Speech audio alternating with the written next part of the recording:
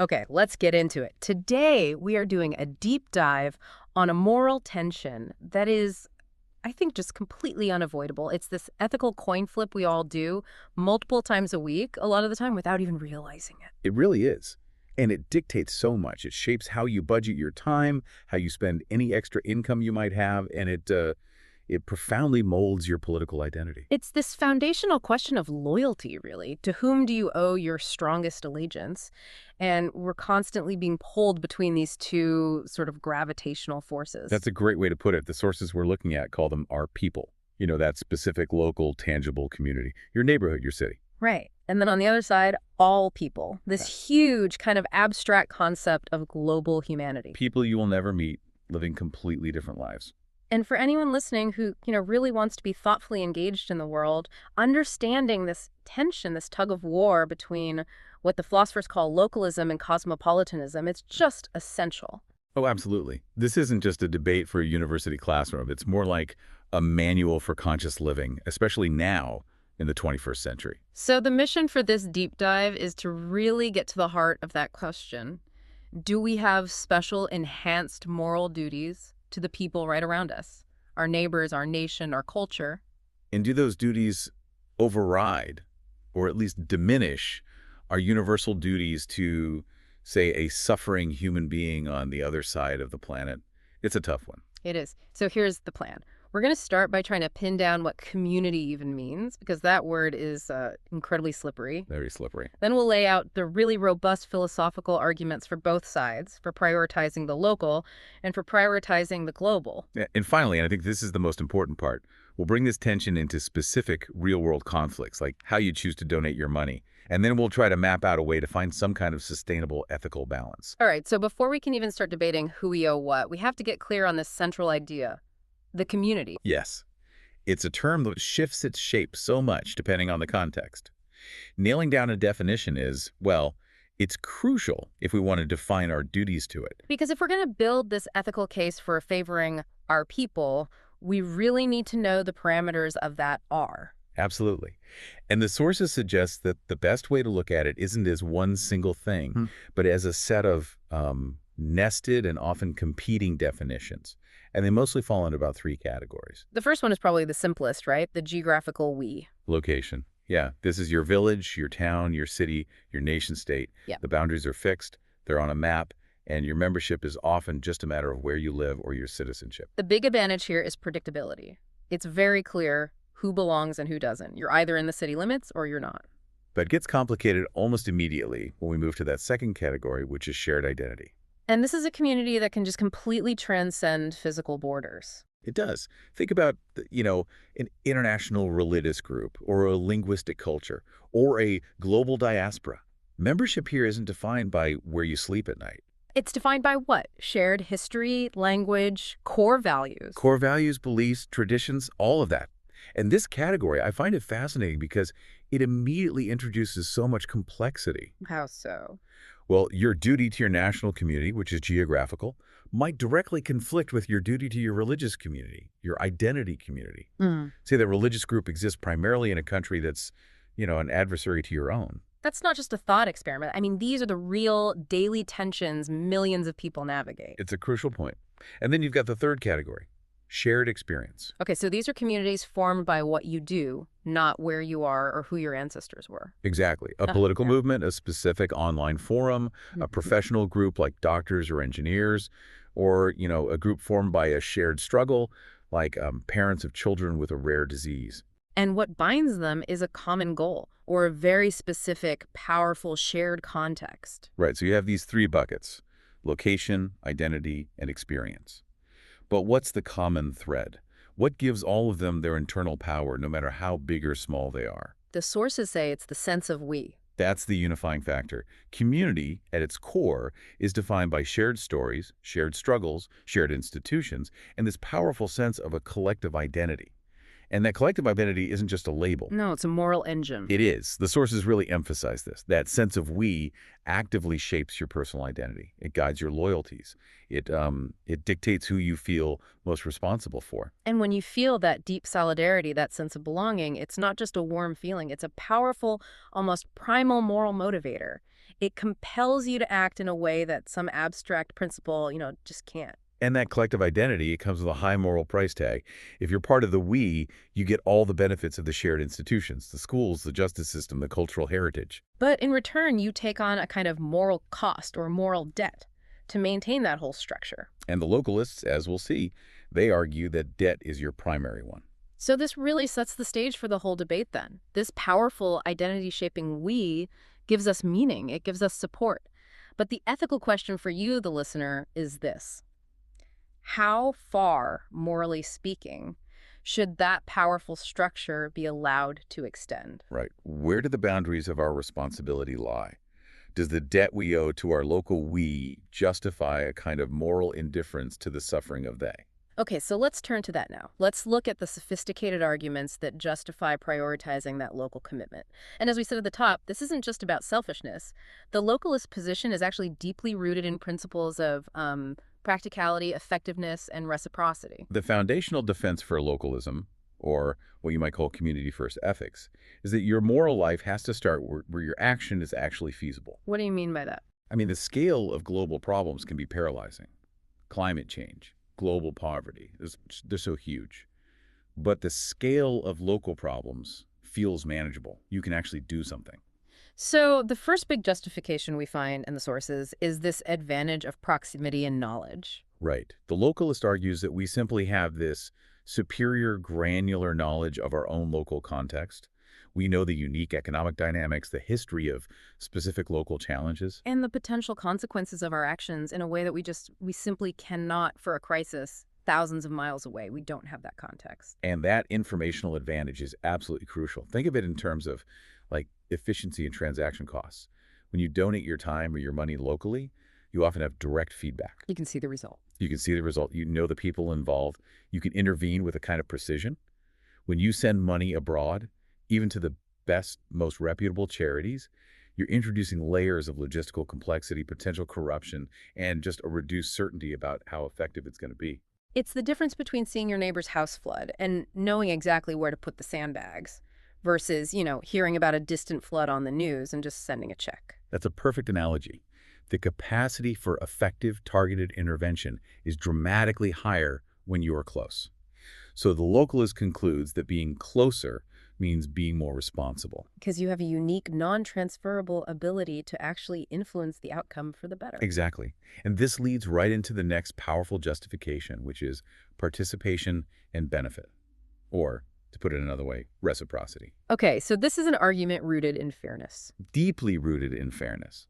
Your community, whether it's geographical or based on identity, it actively sustains you. You benefit from every single facet of local life. The shared security, the public health systems, the schools, the stability that comes from shared institutions. So if the community provides the very foundation that your life, your career, your comfort are all built on, then you take on a pretty significant special duty to contribute back. Right. This isn't just about paying taxes, though that's part of it. It's a moral imperative. You have to reciprocate to the people who have directly provided the benefits that allow you to flourish. The strength of this argument seems to be its directness. It's very direct. The people who maintain the local roads, who teach the local kids, who serve on the town council, these are the people who have, in a very real sense, invested in your success. And that relationship creates a moral debt that feels stronger, more binding than the abstract duty you might owe to some unknown person who hasn't contributed anything to your specific well-being. It does. Now, you could raise a challenge here, of course. What about the person who just moves into a wealthy town and immediately starts benefiting from the amazing schools and parks? They haven't contributed years of taxes or labor. Does that duty of reciprocity just, apply instantly? That's a great question. And it's where the localist argument becomes prescriptive. It argues that, yes, the duty does apply instantly because the benefits are being received instantly. So you become a participant in the collective agreement the moment you step into the system. Exactly. Your duty is forward-looking. It's to pay into the system that is currently sustaining you.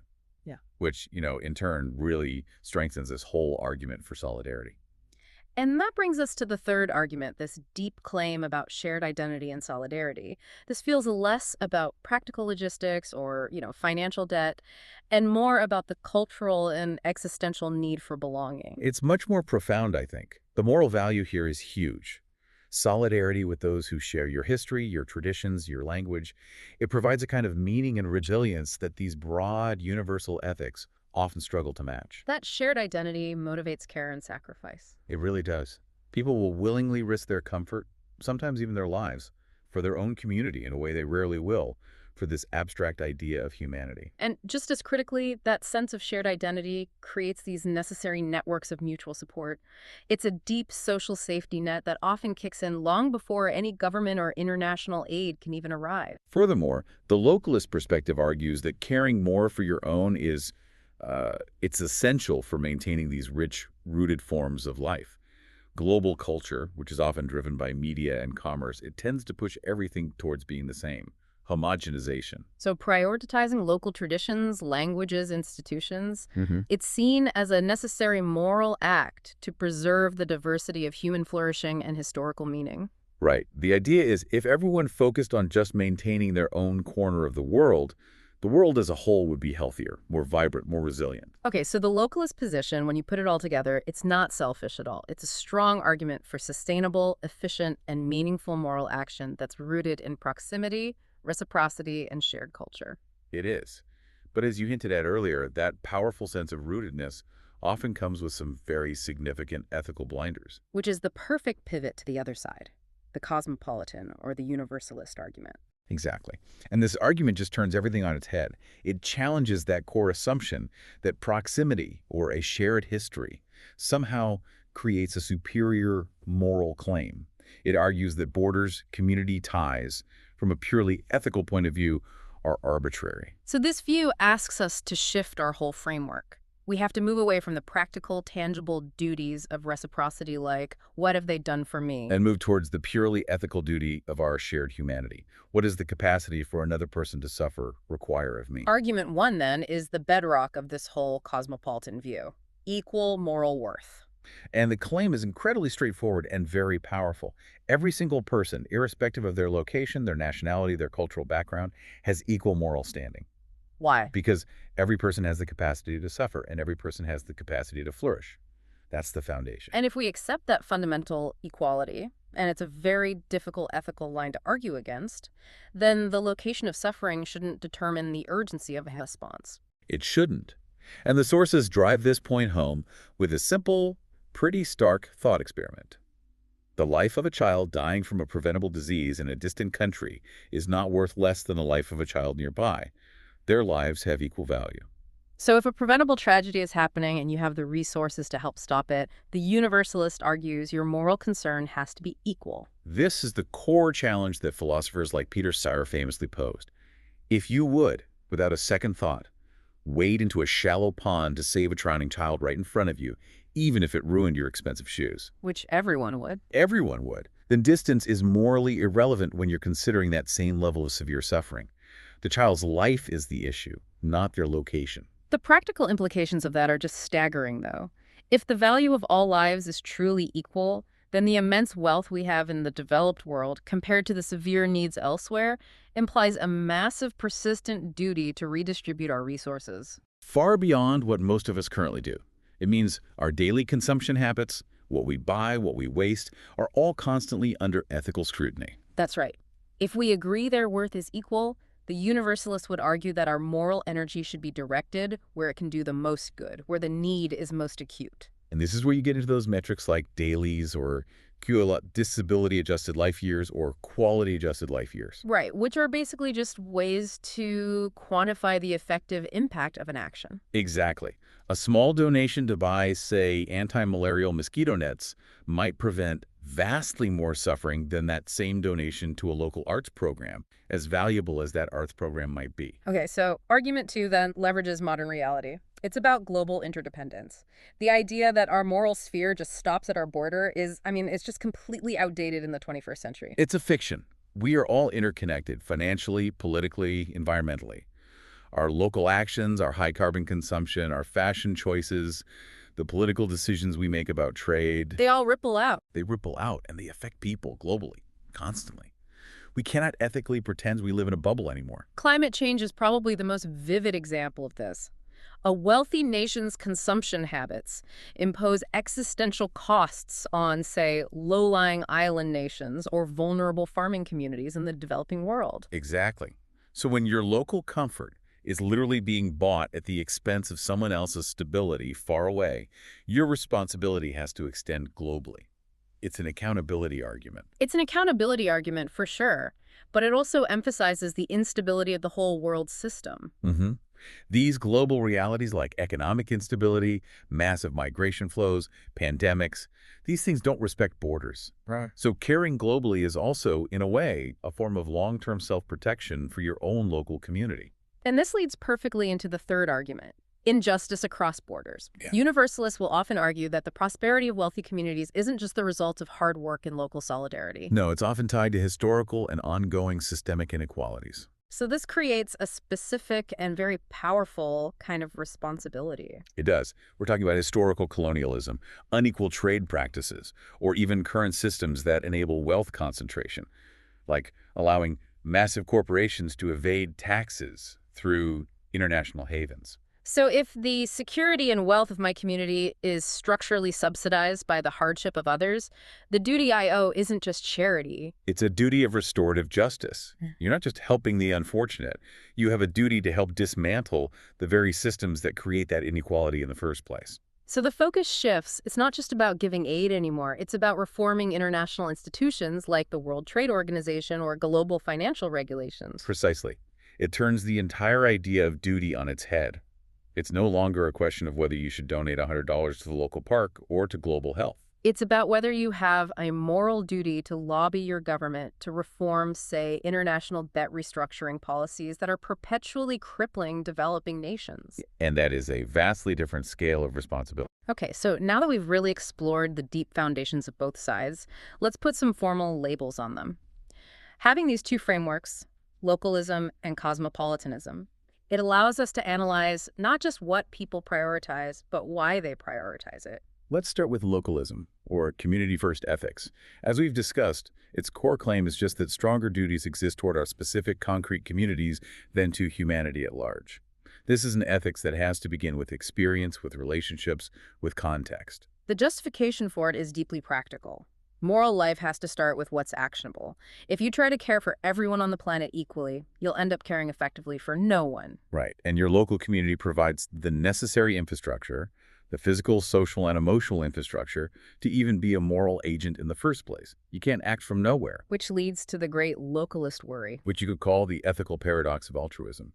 The worry is that trying to care for this abstract idea of humanity while ignoring the concrete, measurable needs right outside your door, well, it just turns into anti-idealism. You become philosophically committed to solving these overwhelming global problems, but in the process, you neglect actionable local responsibilities, like the failing school system down the street or the local food bank that's running low. The localist says, fix your own house before you try to fix the world. And on the other side, you have cosmopolitanism, or humanity-first ethics. Their core claim is that we are ultimately citizens of the world, and our basic duties, especially the duty to prevent severe suffering, extend equally to all humans. The cosmopolitan justification is rooted in what they see as the moral arbitrariness of borders. They argue that your geography, where you happen to be born, is irrelevant to your moral standing. The only thing that matters, the fundamental criterion for moral concern, is the capacity for suffering. And if the suffering is equal, the urgency to intervene has to be equal. Which brings us to the core cosmopolitan worry.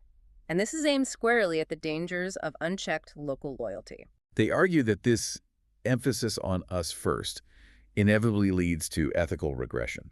It fuels nationalism, xenophobia, and most critically, a kind of moral indifference to suffering that happens over there. And historically, they'd say that strong local loyalties have been the direct justification for some of the biggest global injustices.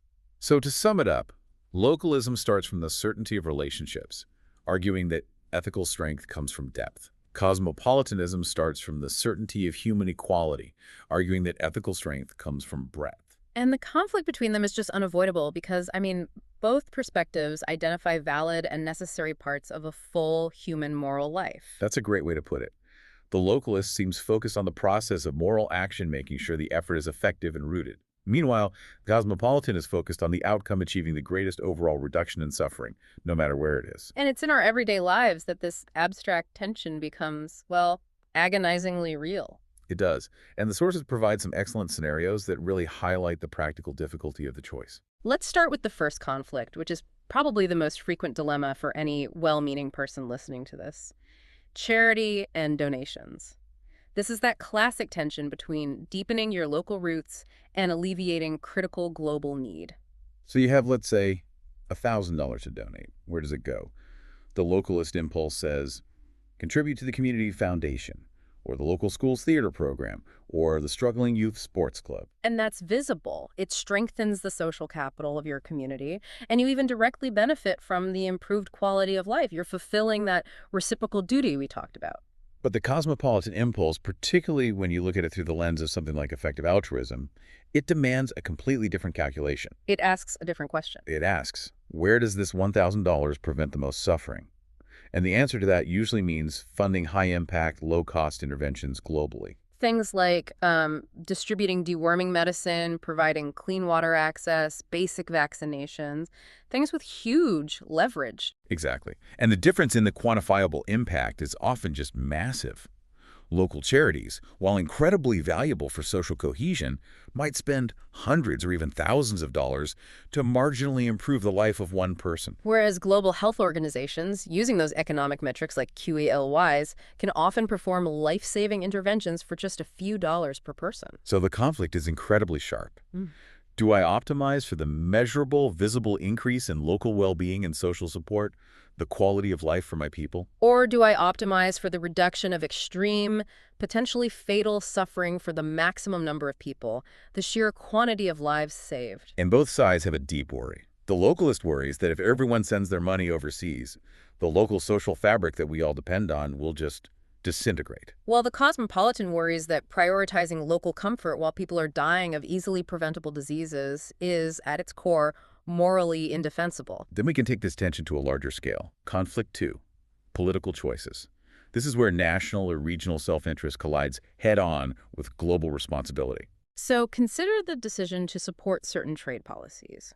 A localist perspective might advocate for tariffs or subsidies that strictly protect domestic industries and local jobs. Right, even if those measures violate international trade agreements or destabilize developing economies that rely on that export market, or just lead to higher costs for consumers in those other nations. The goal here is strict national gain. It's my job comes first, my community's economic stability is the absolute priority. And this might involve supporting policies that, for example, roll back environmental regulations to make your local industry more competitive, even if that accelerates global environmental damage that disproportionately harms vulnerable populations far away. But the cosmopolitan counterargument insists that we have to support policies that prioritize fairness and sustainability on a global scale. Even if that costs the local community resources or requires some short-term discomfort. A good example would be adopting a universal carbon tax that raises local energy prices, but helps stabilize the global climate for everyone. So the choice is often between policies that prioritize immediate national gain and those that prioritize long-term structural global justice. And finally, there's conflict 3, which I think hits closest to home for the individual: time and energy allocation. We all have finite reserves of both. And the decision is between volunteering locally, running the town library fundraiser, mentoring a local student, cleaning up a neighborhood park, versus dedicating that exact same time and energy to large-scale advocacy or support for distant international crises. Maybe that's lobbying for human rights or organizing aid for a war zone. Both of these are essential moral acts. Volunteering locally builds that crucial social fabric and fulfills the duty of reciprocity we talked about. While engaging internationally tackles systemic injustice and can alleviate suffering on a massive scale. The decision really forces you to assess your own efficacy, doesn't it? Am I better suited to make a tangible, immediate difference in my town where my unique skills and knowledge are highest? Or does my moral obligation demand that I use my platform, whatever it is, to address a systemic failure that is causing overwhelming harm on a global scale? The perfect answer seems elusive, but just the necessity of making the choice forces us to define what our ethical priorities actually are. Given that neither localism nor cosmopolitanism can be just, thrown out without some serious moral cost, The sources propose a practical framework for trying to navigate this tension. And that's the idea of thinking in layered duties. Exactly. It's a framework that respects the necessity of our local bonds without allowing us to just abandon universal concern. It feels psychologically realistic. It recognizes that our duties aren't just an on or off switch. They exist on a gradient. Proximity matters because effectiveness matters, but moral worth stays universal. So we start with the inner layer. Yeah. Specific communities. This is the core. Your family, your friends, your neighbors, your local institutions. And these are the strongest and most immediate duties. The duty to show up, to contribute, to engage in that necessary reciprocal maintenance of the social life you actually share. These duties are so intense because the connection is direct, and the consequences of you not acting are immediate and personal. If you fail to care for those in your inner layer, the social structure that supports you starts to break down. This layer is about non-negotiable concrete obligation. Then we move out a bit to the middle layers, nation, region, and our shared identities. The duty here is less intense than it is to your family, but it's still very strong. This layer involves supporting the larger institutions that ensure justice, maintain opportunity, and uphold the rule of law in your broader environment. So this is about responsible civic participation, paying your taxes, holding elected officials accountable. Right. It's about ensuring the collective agreement works for the millions of people who share your regional or national space. You're supporting the stability that allows that inner layer to even thrive. And finally, you have the outer layer, humanity, and maybe beyond.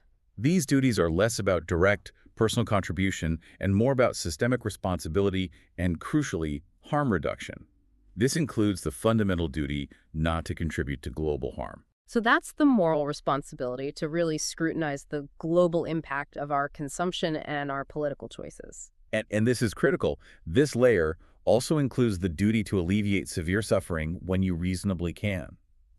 While the duty to a distant stranger might be less intense than the duty to your own child, the duty to act when their life is in severe jeopardy and where your action can save them without sacrificing a comparable moral value locally, that duty is absolutely persistent.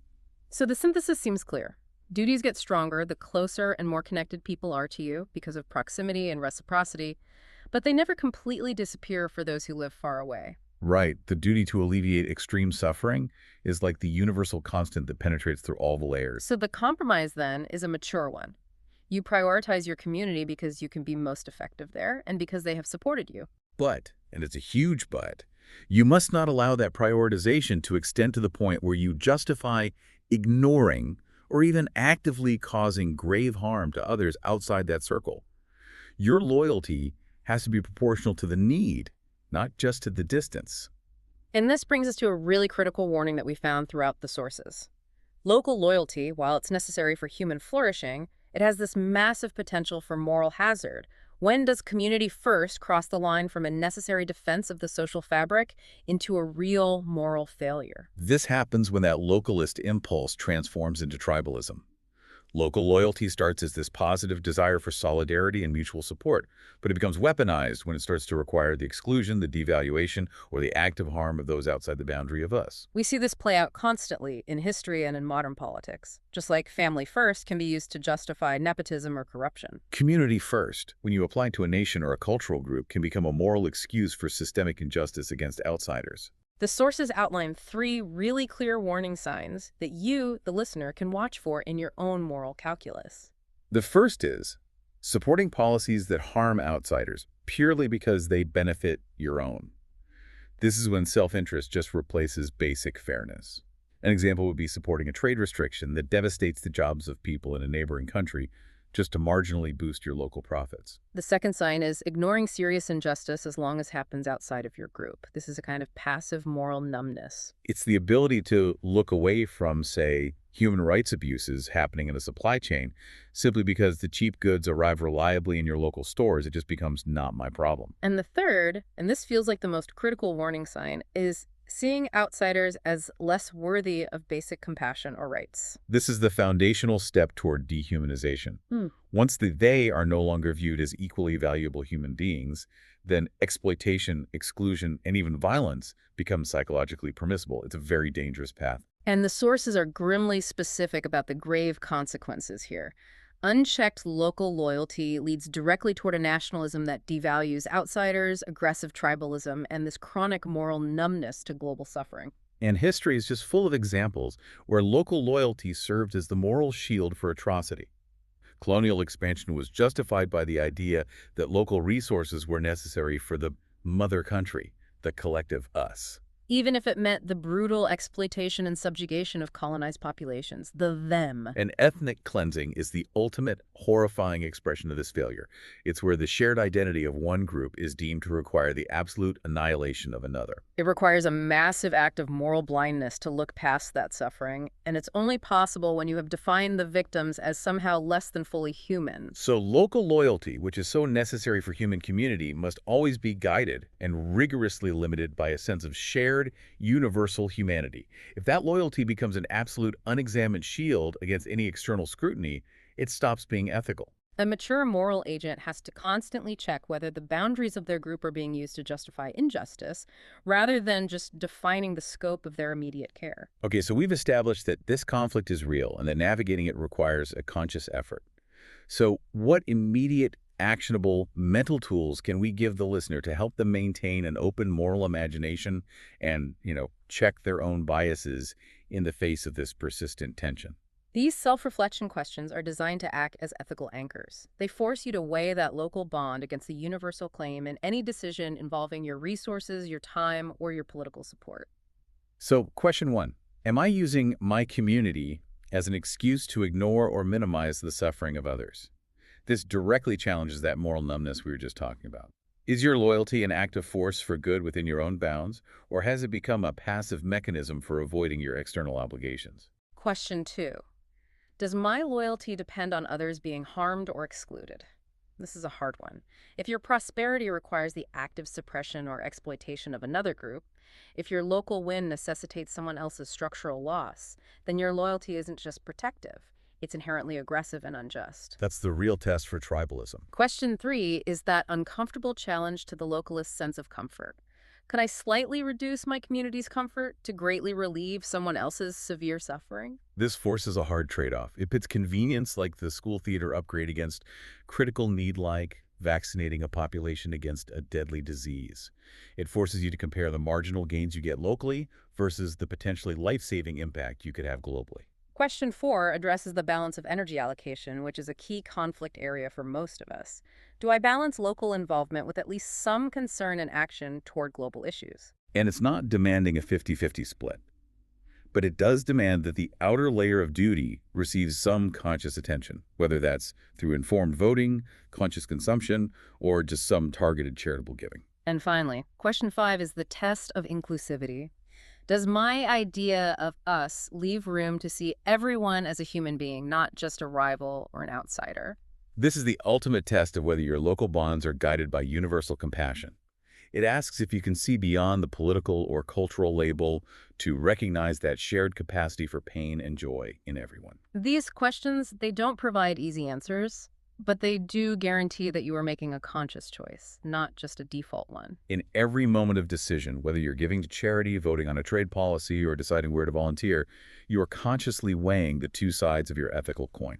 So to synthesize this whole very complex discussion, do we have special, stronger responsibilities to our own communities? Yes, we absolutely do. It would be unrealistic, I think even perverse, to suggest that we should feel no special pull toward the people we share our lives with, the people who have nurtured our flourishing. We're almost hardwired to care for those in our immediate circle. Our survival and our deepest sense of meaning, they depend on those reciprocal relationships. But the mature moral understanding that emerges from this deep dive is that these strong responsibilities are neither the only ones we have, nor are they unlimited in their scope. They exist within a much broader circle of obligations to all human beings. So the goal then isn't to choose between localism and cosmopolitanism, it's to integrate them consciously. It's reasonable, and it's often the right, most effective choice to devote extra time, love, and support to your local community. That's where you have the greatest knowledge, the lowest transaction costs, and the deepest reciprocal bonds. But the essential caveat, the necessary guardrail, is that this local loyalty must never be used to justify harming others or ignoring severe correctable suffering far away. The existence of a strong local duty does not erase the universal duty to uphold basic human dignity. The ultimate aim is to create an ethical identity that is simultaneously rooted in reaching. The goal is to care deeply where you are situated, but never, ever to forget that the ultimate circle of concern includes every person on this planet. So the mature moral position, the one that balances all of our duties, seems to be this. My loyalty will be strong, but not blind. My identity will be local, but my compassion will be global. And that leaves us with one final provocative thought for you to carry forward, something to mull over this week as you go about your life. If you look honestly at your primary sources of information, your financial contributions and your political focus, which moral framework, the localist depth of duty or the cosmopolitan's breadth of concern, is currently winning? And are you satisfied with the consequences of that choice? The ethical work, as always, continues.